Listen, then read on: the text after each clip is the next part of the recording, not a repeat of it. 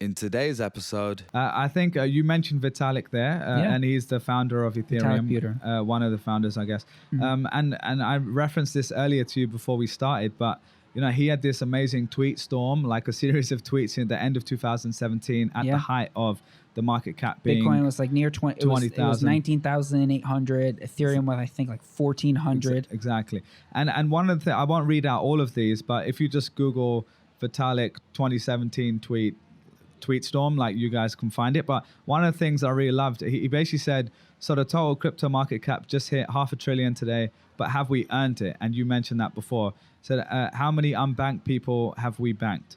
How much censorship resistant commerce for the common people have we enabled? How many dApps, decentralized apps, have we created that have substantial usage? And he goes on with that. What I loved about that, and it's kind of wrapping together what we've talked about today, is like the people like Vitalik, like when you hear him speak, I've never met him, I don't know him, but like he seems like someone, first of all, he's like a young genius, right? But he's those are the things he's saying which really make me think, right, that is what attracted me to this space in the first place, right? And when he talks about helping the unbanked, like how far are we from something like that? Like, from your opinion, someone who's following this closer than I am, like those are the kind of big ideological pie in the sky ideas that someone like him is trying to drive with what he's building. Yeah. The short answer is we're closer than we were in December of 2017. The market got ahead of itself. There was a lot of hype. There was too much speculation, and very little was built. Ethereum was actually one of the main reasons that happened. The helping the unbanked is a very nuanced thing, and it's something that we've always wanted to do. But for a short period of time, and one could still say today, access to venture capital has historically been focused on the US and the UK and developed parts of the world. If you, as an entrepreneur in Bangladesh or in India or in Pakistan or anywhere in the world, had a really cool idea, wanted to raise some money to build a company, it was very difficult, almost impossible.